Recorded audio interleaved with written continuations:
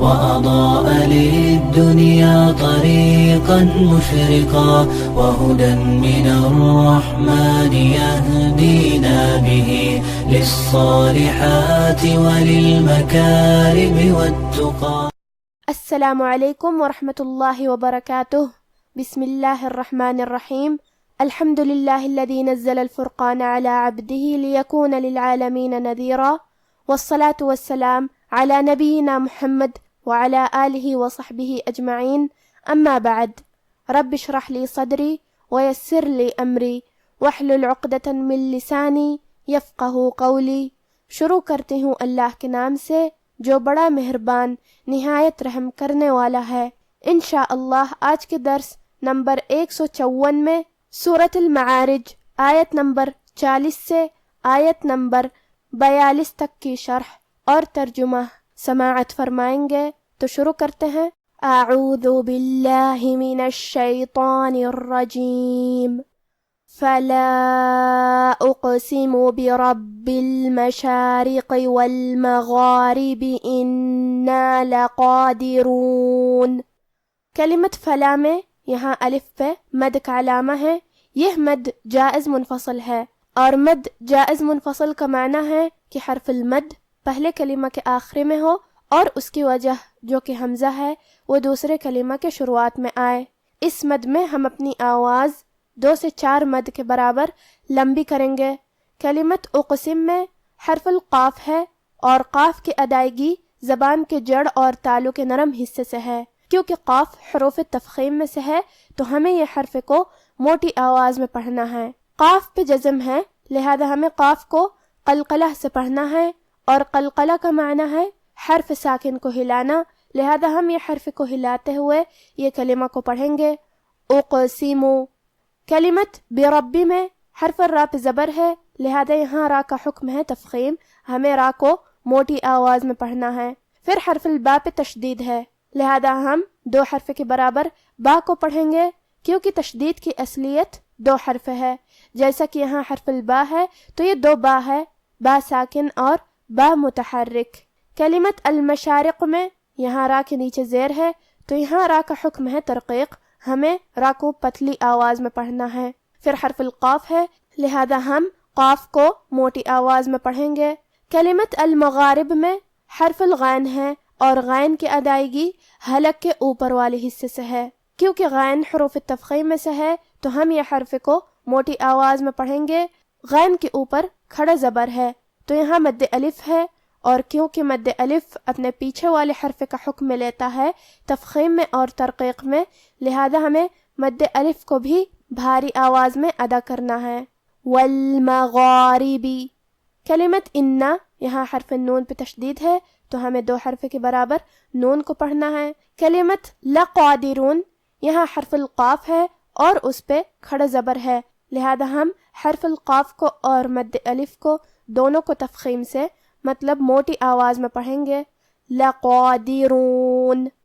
فلا اقسم برب المشارق والمغارب انا لقادرون على أن نبدل خيرا منهم وما نحن بمسبوقين. کلمت علی میں حرف العین کو ہم حلق کے درمیان والے حصے سے ادا کریں گے. لام پہ کھڑا زبر ہے اور اس پہ مد کا علامہ ہے، تو کیونکہ یہاں مد جائز منفصل ہے لہذا ہم اپنی آواز 2 سے 4 مد کے برابر لمبی کریں گے. کلمت ان کے آخری میں نون ساکن ہے. پھر حرف النون ہے کلمت نبدلہ.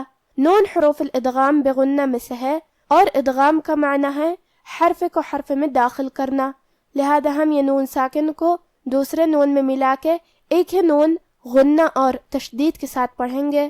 ان نبدلہ. کلمت نبدلہ میں دال پہ تشدید ہے، لہذا ہمیں یہ حرف کو 2 حرف کے برابر پڑھنا ہے. کلمت خیرن حرف الخا کو ہم حلق کے اوپر والی حصے سے ادا کریں گے، اور کیونکہ یہ حرف حروف التفخیم میں سے ہے لہذا ہمیں خا کو موٹی آواز میں پڑھنا ہے. آخری میں را پہ تنوین زبر ہے. پھر حرف المیم ہے کلمت منہم. میم حروف الادغام بغنہ میں سے ہے، لہذا ہم یہ تنوین کو میم میں ملا کے غنہ اور تشدید کے ساتھ یہ حکم کو ادا کریں گے. خیرا منہم. کلمت نحن میں حرف الحا کی ادائیگی حلق کے درمیان والے حصے سے ہے. کلمت بمسبوقین یہاں سین ساکن ہے، لہذا ہمیں سین کو ہمزے سے پڑھنا ہے، اور ہمزے کا معنی ہے کہ حرف کی آواز ایسے کمزور ہو کہ اس میں پستی پائی جائے. تو ہم یہ کلمہ کو ایسے پڑھیں گے بمسبوقین علی ان نبدل خیرا منہم وما نحن بمسبوقین فذرهم يخوضوا ويلعبوا حتى يلاقوا يومهم الذي يوعدون. کلمت فذرهم حرف الدال کی ادائیگی زبان کے سر اور اوپر والے دانتوں کے اندرونی کناروں سے ہے. پھر حرف الراء ہے اور اس پہ جزم ہے. یہاں را کا حکم ہے تفخیم، لہذا ہمیں را کو موٹی آواز میں پڑھنا ہے. کلمت یخوضو میں حرف الضاد ہے اور ضاد کی ادائیگی زبان کے کروٹ اور اوپر کے داڑھوں کے جڑ سے ہے. کیونکہ ضاد حروف التفخیم میں سے ہے تو ہم یہ حرف کو بھاری آواز میں اور منہ پھلا کے پڑھیں گے. کلمت حتی یہاں تا پہ تشدید ہے، لہذا ہم حرف تا کو 2 حرف کے برابر پڑھیں گے. کلمت یولاقو یہاں یا پہ پیش ہے، لہذا ہمیں پیش کو ظاہر کرنا ہے. کلمت یومہم یہاں ہا پہ اور میم پہ دونوں پہ پیش ہے، تو ہم یہ دونوں پیش کو برابر سے ادا کریں گے اور اسے ظاہر کریں گے.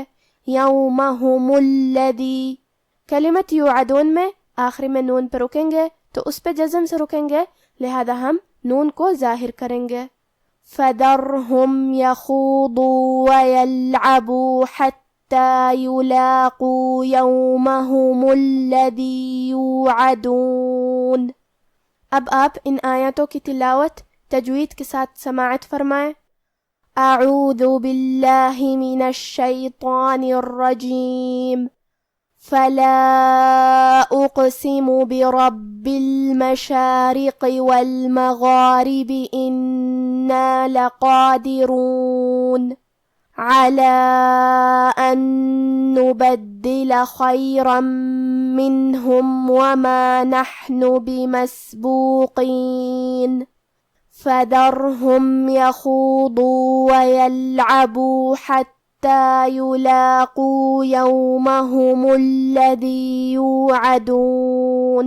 پس مشرقوں اور مغربوں کے مالک کی قسم کہ ہم طاقت رکھتے ہیں یعنی اس بات پر کہ ان سے بہتر لوگ بدل لائیں، اور ہم عاجز نہیں ہیں. تو اے پیغمبر ان کو باطل میں پڑے رہنے اور کھیل لینے دو یہاں تک کہ جس دن کا ان سے وعدہ کیا جاتا ہے وہ ان کے سامنے آ موجود ہو. آج کا ہمارا درس یہیں ختم ہوتا ہے. سبحانک اللہم و بحمدک اشہد ان لا الہ الا انت استغفرک و اتوب الیک. والسلام علیکم ورحمۃ اللہ وبرکاتہ.